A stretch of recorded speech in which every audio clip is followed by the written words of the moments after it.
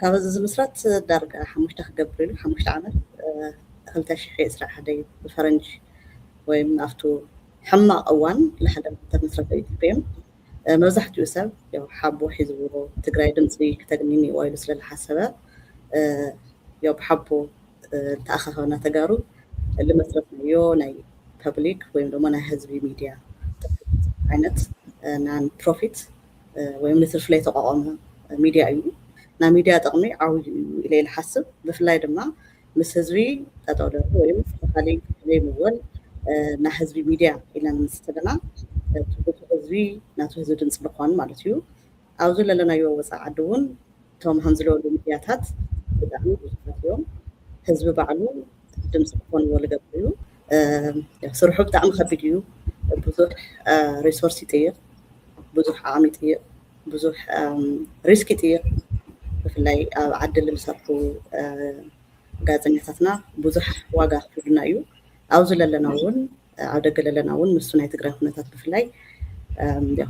ሕራስ ከይተርስ ይገብረካ ትብለሉ ኩነታት ግን ድምፂ ንምዃን እስካብ ዝኸድካ ግዜ ትብለለካ ፕላትፎርም ያው ንጥቀመሉ ኢና ነርና ኢትዮጵያም ያው ጋዜጠኛታትና ብምእሳር ብፅቡቃት ነገራት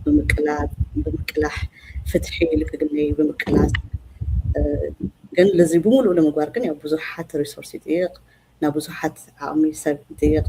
ፍልጠት ይጥይቕ ጉልበት ይጥይቕ ኢኮኖሚካል ወይ ደግሞ ቁጠባ ይጥይቕ ማለት እዩ እዚኦም ንምግባር ወይ ደግሞ ላብ ዝበፅሕናዮ ላብ ብምሉእ ማሕበረሰብ ክንበፅሕ ዝተፈላለዩ ሪሶርስታት የድልዩና እዮም ማለት እዩ ኣነ ኣብ ቲፒኤም ብምህላዊ መስራት ሰባት ኣብ ዝተፈላለዩ ቦታ ኮይና ኣብ ዝተፈላለዩ ክፍለ ዓለማት ኮይና ኢንክሉዲንግ ትግራይ ዝተፈላለዩ ኣብቲ ቦርድ ዘሎ ሰብ ኣብ ትግራይ እኒአና ኣብ ኣሜሪካ እኒአና ስለዚ ዝተፈላለየና ሰዓት ኣፈላላይ ሒዝና እውን ቲፒኤም ክትጥንክር ኩሉ ሰብ ጋዜጠኛ እስካብ ቦርድ መንበር ያው ብጉልበቱ ብፍልጠቱ ሰባት ተቆፅር ተለኻ ብፍላይ መናእሰይ ተቆፅር ተለኻ ሓደ ስራሕ ዘይብሉ መንእሰይ ካብ ዓዲ ዕድል ትህብለካ ማለት እዩ ዝመፅሎ ወለዱ ስለዚ እዚ ሰብ ካልኦት ሚድያታት እውን ሓገዝ ዝህብ ሰብ ከይዱ እቲ ዝሰርሕኦ ስራሕ ምርኣይ ምግምጋም ለሰባት ምክፋል ኣይት ምግባር ይከኣል እዩ ዝኸኣለ እንደገና ወርሓዊ ብንእሽተይ ቅርሺ ይኹን እስካብ ዝኸኣሎ ምኽፋል ይኽእል እዩ ሳልሳይ እንደገና ያው ንሓደ ይኽእል እንደዚ ክድግፍ ይኽእል እየ ናይ ቲፒኤም ስራሕቲ ፅቡቅ ስራሕቲ እዩ ብዙሕ ኢምፓክት እኒአዎ እዩ ልሓስብ ትኾንለ በዛ ንእሽተይ ኣስተዋፅኦ